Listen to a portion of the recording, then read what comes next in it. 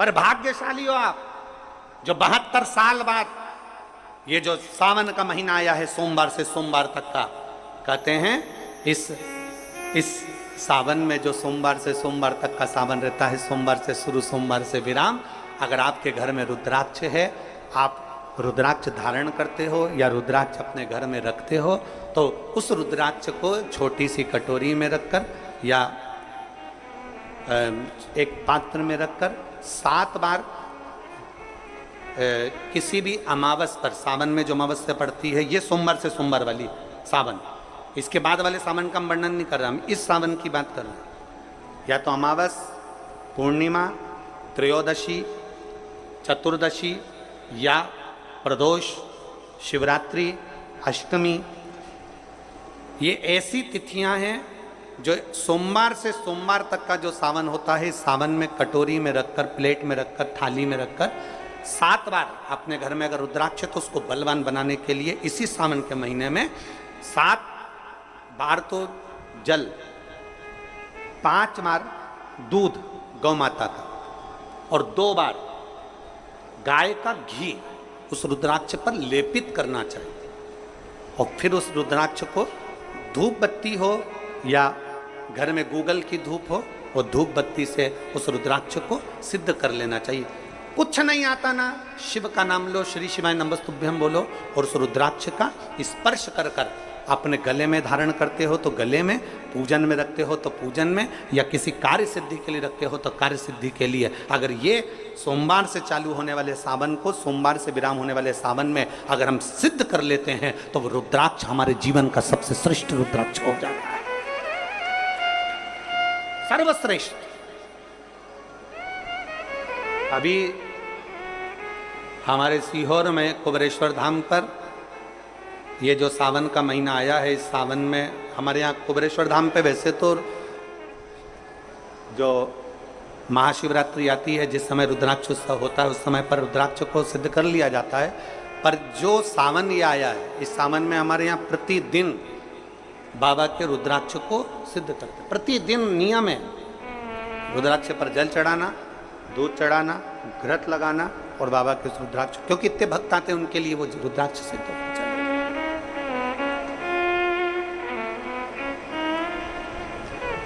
इसी सावन में 4 मुखी 3 रुद्राक्ष, कितने? 4 मुखी कितने? 3। 5 मुखी रुद्राक्ष 3 और 6 मुखी रुद्राक्ष 3। इनके बीच में 1.25 गांठ लगाई जाती है। 4 रुद्राक्ष कितने? जल्दी बोलो। 4 मुखी रुद्राक्ष कितने? 3। 5 मुखी रुद्राक्ष कितने? 3। 6 मुखी रुद्राक्ष कितने? 3। इनके बीच में 1.25 गांठ लगाई जाती है।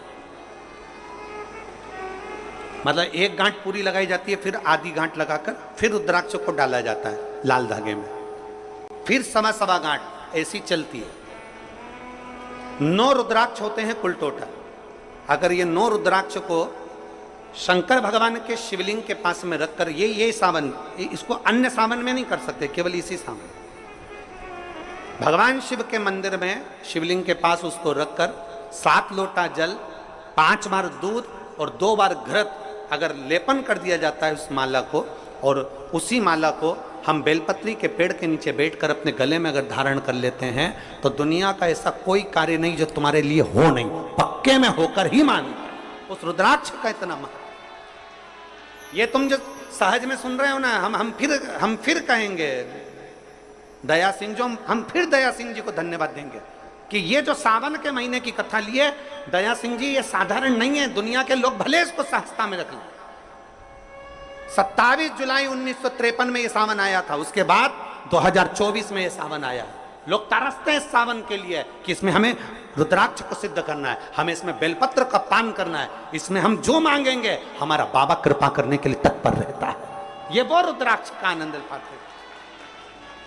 मैं धन्यवाद देता हूं दया सिंह जी आपको बहुत बहुत, और पूरी समिति को। शिव मंदिर में जैसे आप लोग जाते होंगे शंकर जी के मंदिर में, तो ये तो शिवलिंग हो गया, ये जलाधारी हो गई, ये जलाधारी है, ये शिवलिंग है। और जलाधारी और शिवलिंग के यहाँ शिवलिंग से लेकर जहाँ से पानी नीचे गिर रहा है, आप पानी यहाँ चढ़ाते हो तो ये घूम के यहाँ से नीचे आ जाता है। आपने जल यहाँ चढ़ाया शिवलिंग पे तो जल घूमकर यहाँ से नीचे आ जाता है। इस जगह से नीचे की ओर आ जाता है, इस स्थान से। प्रयास करिए, ये जो सावन आया है 72 वर्ष के बाद, प्रयास करिए कि कितना बड़ा भी रोग है, कितनी बड़ी भी बीमारी है, आप डॉक्टर से इलाज करवाओ, पर ये जो स्थान है अशोक सुंदरी का, इस स्थान पर एक बार अपनी हथेली रखकर देखिए और भगवान शिव से पंचाक्षर मंत्र नमः शिवाय, षडाक्षर मंत्र ओम नमः शिवाय या श्री शिवाय नमस्तुभ्यम स्मरण कर कर देखिए। और एक बेलपत्र बाबा की लेकर जहाँ से पानी नीचे गिरता है उस स्थान पर लगाकर उसी बेलपत्र को खाइए और फिर जाकर डॉक्टर को एक बार फिर जांच करवाइए कि उस रोग में आराम कितना लगा है, उस रोग में अंतर कितना आया। सावन का ये महीना जिसमें आप भगवान शंकर की अविरल भक्ति को धारण कर रहे हो, सोमवार से सावन चालू हुआ और सोमवार के दिन सावन विराम होगा। ऐसा सावन 72 साल के बाद आया। 27 जुलाई 1953 में ऐसा सावन पड़ा था। कितनी तारीख को? जम के बोलो जरा। 27 जुलाई 1953 में ऐसा सावन पड़ा था, जो सावन सोमवार से चालू हुआ था और सावन सोमवार के दिन विराम हुआ था। 72 साल के बाद ऐसा सावन आया है जिसका योग आज है। 27 जुलाई 1953 में ऐसा सावन आया था। अब जरा किस्मत देखिए, आपका भाग्य देखिए रे छत्तीसगढ़ वालों, नजर उतरवा लेना आप कि 72 साल बाद ऐसा सावन आया जो सोमवार से चालू हुआ, सोमवार को विराम हो रहा है।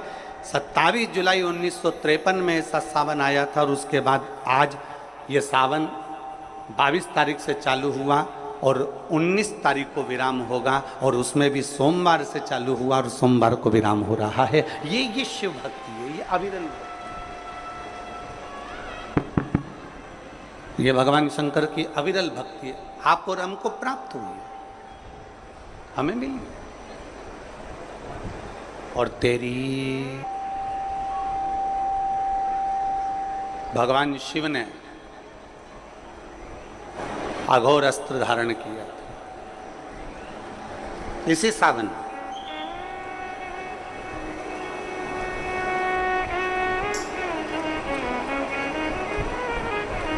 एक त्रिपुरासुर असुर हो गया,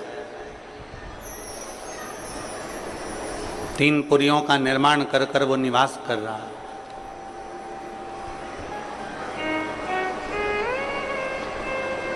बड़ा विचित्र है वो।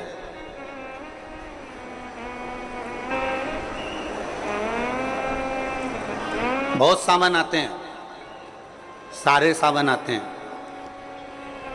हर वर्ष सावन का महीना आता है, हर वर्ष श्रावण का सोमवार भी आता है, हर वर्ष प्रदोष भी आती है, हर वर्ष शिवरात्रि भी आती है सावन की, हर वर्ष अष्टमी भी आती है, छठ भी आती है, सब तिथियां आती हैं।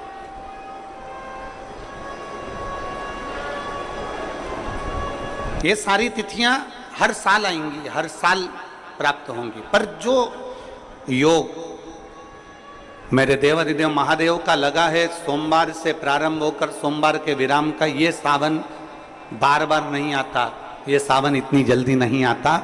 जो 72 वर्ष के बाद 27 जुलाई से 1953 के बाद में आज योग लगा, जो 22 जुलाई 2024 में प्रारंभ हुआ।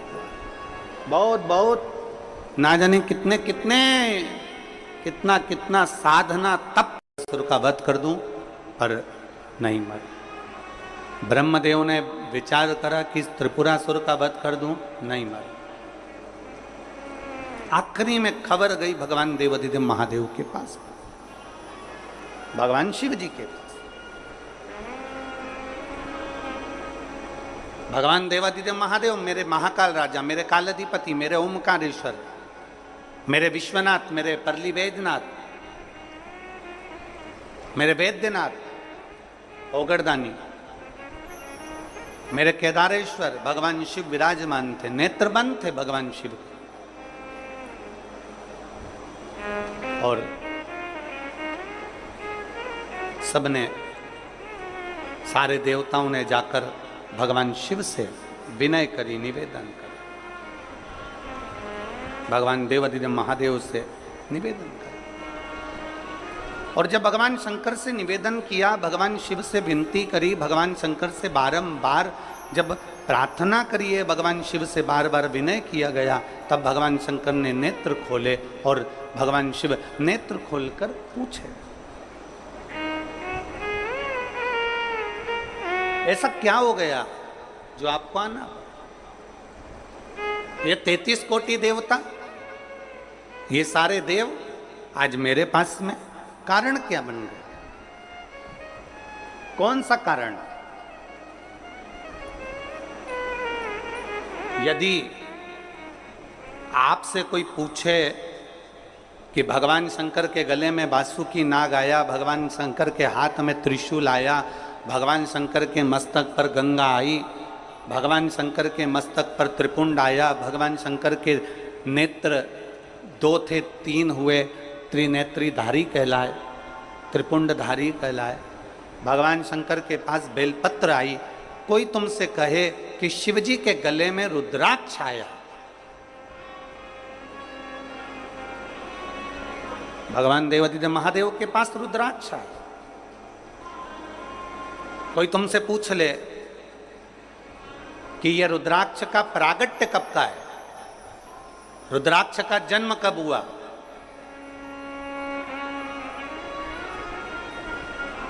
रुद्राक्ष प्रकट कब किया गया,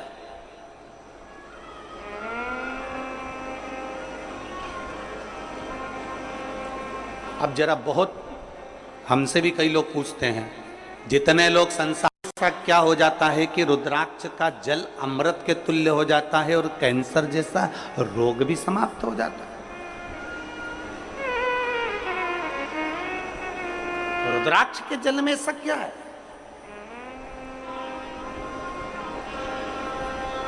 एक माने पत्र में लिखा है कि कैसे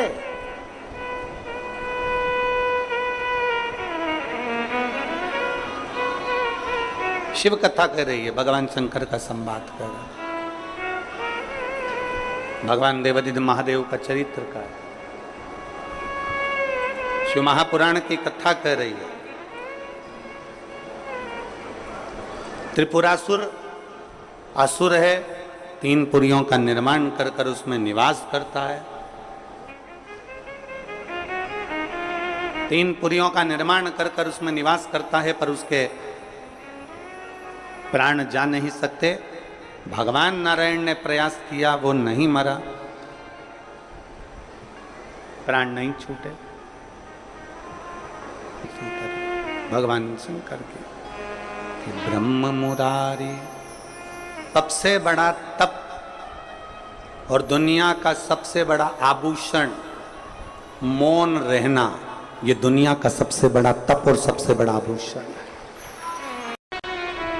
हम भगवान शिव को किस तरह से रिझा सकते? और फिर निवेदन करूंगा, जितनी सरलता से, जितनी सहजता से आप शिव को रिझाओगे, उतनी सरलता से शिव रिझता है, उतनी सरल।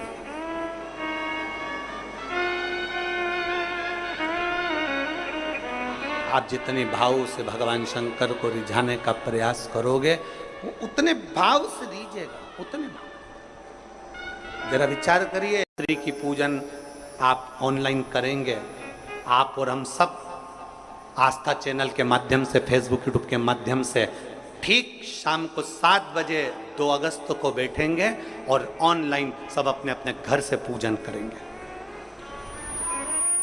भगवान शिव की आराधना करेंगे। आप और हम सब मिलकर भगवान शंकर से एक साथ प्रार्थना करेंगे, एक साथ।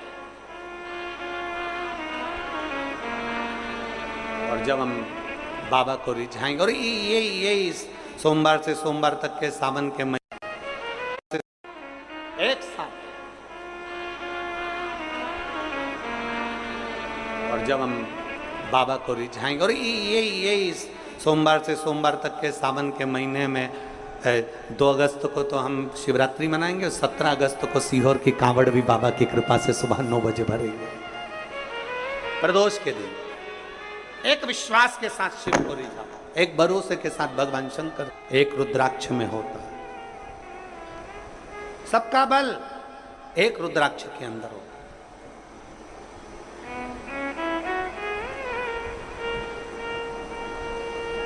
कई जगह पर रुद्राक्ष पर रिसर्च किया जा रहा है। वो 2 कंपनी का नाम तो हमको स्मरण में था, मुंबई की, और 1-2 कंपनी काशी की हमारे स्मरण में, पर नाम याद नहीं आ रहा। कई जगह पर रुद्राक्ष पर रिसर्च चल रहा है कि आखिर रुद्राक्ष में ऐसा क्या होता है कि तांबे के कलश में गलाया और उसका पानी शिव जी को चढ़ाकर आचमन किया तो फल मिल जाता है, रोग मुक्ति हो जाती है, श्रेष्ठता हो जाती है। कोई बाच रहा है तो वो शिव ही बाच रहा है, इसमें कोई प्रदीप मिश्रा या कोई अन्य महाराज नहीं बाच सकता, बाचने वाला शंकर है। कथा सुन रहा है तो आप नहीं सुन सकते, आप ये 3 घंटा एक जैसे आसन लगा के कहाँ बैठ सकते हो? तुम आधा घंटा कहीं नहीं बैठो, तुम फिल्म देखने जाओ टाकीज में और एक जैसी बस यूं बैठी बैठी रहो, 25 बार तो मूंगफली चबा जाओ, 2-4 बार आइसक्रीम खा जाओ, उतनी देर में भी तुम कहीं सीट पीछे आगे नीचे ऊंचे मर्जी पड़ी। आधे 2 घंटे की फिल्म में 15 मिनट का इंटरवल, फिर चले गए, फिर घूम आए, फिर बैठ गए। अब यहां तो तुम्हारे को 1 बजे कथा है, 4 बजे तक, कितनी बजे आके बैठते हो?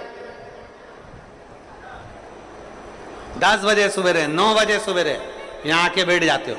अब 9 बजे से पानी की बोतल साथ में, थोड़ा बहुत सामान अपने साथ में, और बच्चे आए हैं तो फिर उनका भी सामान साथ में,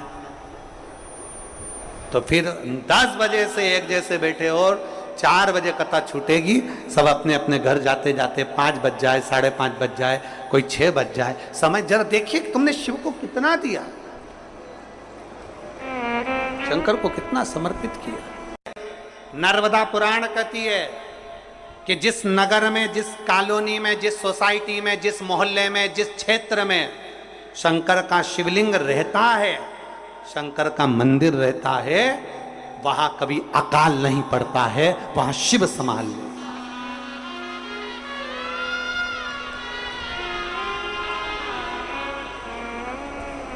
वहां शिव संभाल, वहां वो गढ़दानी संभाल।